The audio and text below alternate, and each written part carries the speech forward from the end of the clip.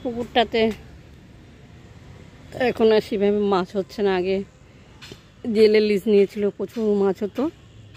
আমি তো বড়শি দিয়ে অনেক মাছ ধরেছি এক সময়, আমার খুব ভালো লাগে। সাপটাও কি মারছে দেখো, সাপটা।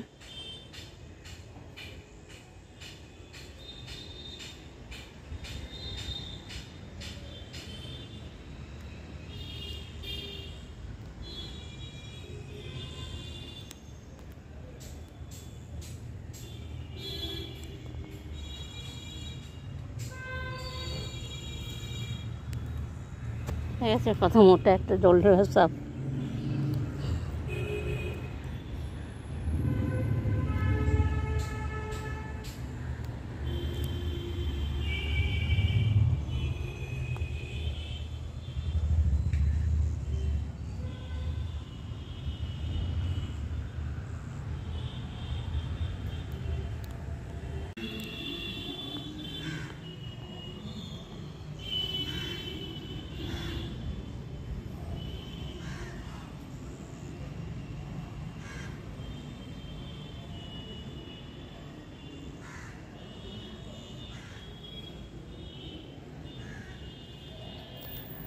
নিচে আমাদের এই গাছগুলো তোমাদের কোনোদিন দেখা হয়নি, কতগুলো কলা গাছ আছে এখানে। এখান থেকে 5-7টা কাঁধি পড়েছিল কাঁঠালি কলা। একটা গাছ তো না, দুটো। এই যে কিছুদিন আগে ঝড়ল না, এই যে দুটো গাছ পড়ে গেছে, কলা গাছ সমেতই পড়ে গেছে, কলা সমেত পুরো পড়ে গেছে ঝড়ে।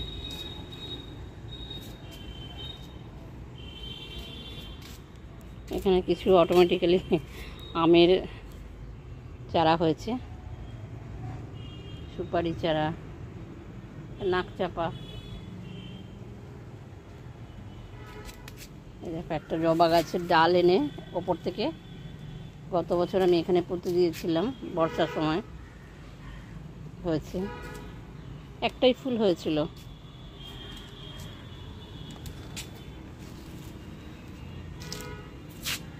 তুলসী গাছ দেখো, নিম গাছটা আমি ছোট্ট একটা নিম গাছ কিনে বসিয়েছিলাম, নিম গাছটা অনেক বড় হয়েছে। এরকম একটা সজনে গাছের ডাল বসানো হয়েছে, ডালটা ভেঙে এনে সজনে গাছটা একটু বড় হয়েছে। সুপারি গাছ, সুপারি পড়ে হয়েছে, সুপারি দেখো, সুপারি পড়ে থেকে থেকে সমস্ত চারাগুলো বেরিয়েছে। ওই যে একটা সুপারি গাছ, এটা একটা টগর গাছ, ডাল ওপরে ছাদ থেকে আমি ডাল এনে বসিয়ে দিয়েছিলাম গত বছর। দেখো কত সুপারি গাছ হয়েছে, সুপারি পড়ে পড়ে এরকম সুপারি গাছ হয়েছে। নিচে আমাদের এই এতটা জায়গা।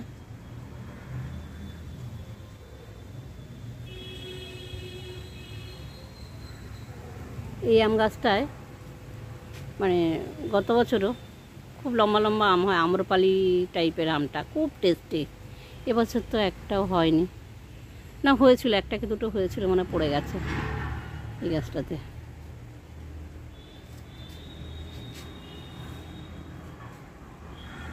সুপারি গাছ আছে অনেকগুলো, দেখো সুপারি গাছ।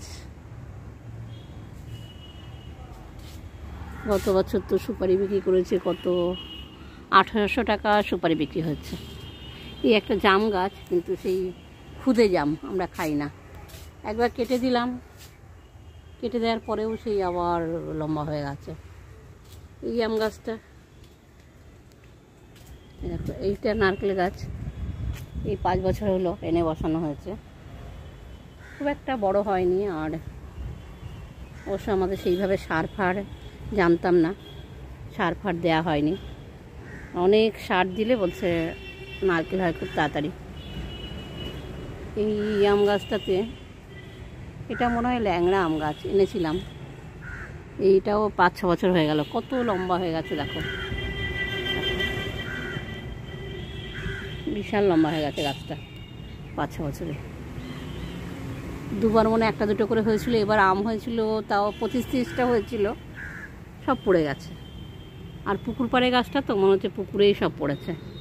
এরকম এখানে কচু শাকগুলো আমরা আগে খেতাম, এই পুকুর পাড়ের কচু শাকটা। তো জেলে আমাদের মানে নিয়েছিল পুকুরটা লিজ, সেই পুকুরের ধার পরিষ্কার করার জন্য পুরো কেটে দিয়েছিল। আর এখানে কচু শাকের একদম বন হয়ে যেত। এই কচু শাকটাও দারুণ টেস্টি। আমাদের কচু শাক কোনো দিন না কাটার সময় হাত চুলকায়, না খাওয়ার সময় হাত চুলকায়, মানে খুব সুন্দর টেস্টফুল খাওয়ার কচু শাকটা। যাই হোক, এই গাছের আমটা আমরা এবার পাইনি, সব পড়ে গেছে। এই একটা পেয়ারা গাছ, পেয়ারা গাছের সঙ্গে একটা নাকচাপা গাছ, নাকচাপা ফুল গাছ। এই যে এটাতে ফুল হয় না এখনো, এটা থেকে ডাল নিয়ে কেটে কেটে সব বসিয়ে দিয়েছি রাস্তার পাশে।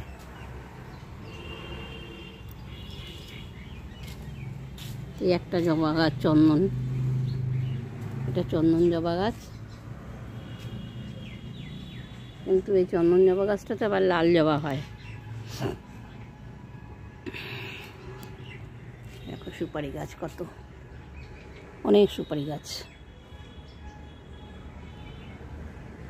ওই একটা নারকেল গাছ, ওই একটা নারকেল গাছ দেখো, এটাও 10 বছর হয়ে গেল বসানো হচ্ছে, এখনও নারকেল হচ্ছে না, জানি না কবে হবে এই গাছটা।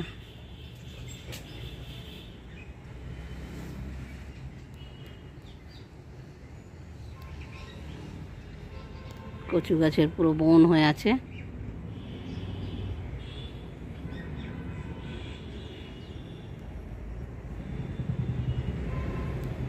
আমি তো কচু শাক কেটে রেখেছি কালকে তুলে, কচু শাক নয় কচুর পাতা তুলে কেটে রেখেছি, ওটাকে কচুর পাতার ঘন্ট করবো আজকে। কচুর পাতার ঘন্ট, কচু শাকের রেসিপিটা আমার যেমনভাবেই হোক, যেভাবেই হোক, পাতা হোক আর ডাঁটায় হোক, আমার হেভি ফেভারিট, দারুণ লাগে। তোমাদের কেমন লাগে একটু কমেন্টসে জানিও, খুব ভালো লাগবে। দেখো বন্ধুরা, কচু শাকের পুরো বন হয়ে গেছে।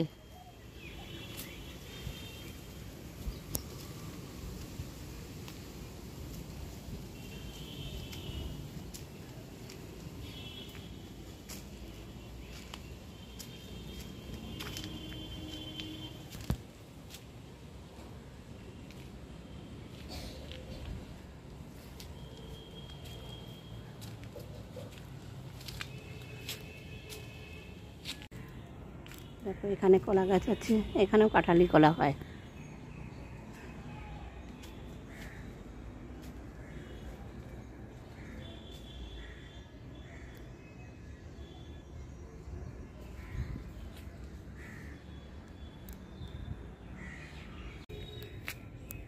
রাস্তার পাশে নয়নতারা হয়েছে, লাগিয়ে দিয়েছিলাম ছোট্ট চারা।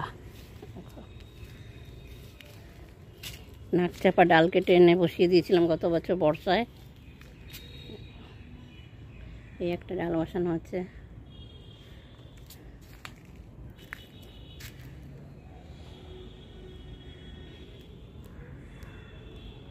সজনের ডাল এনে বসানো হচ্ছে।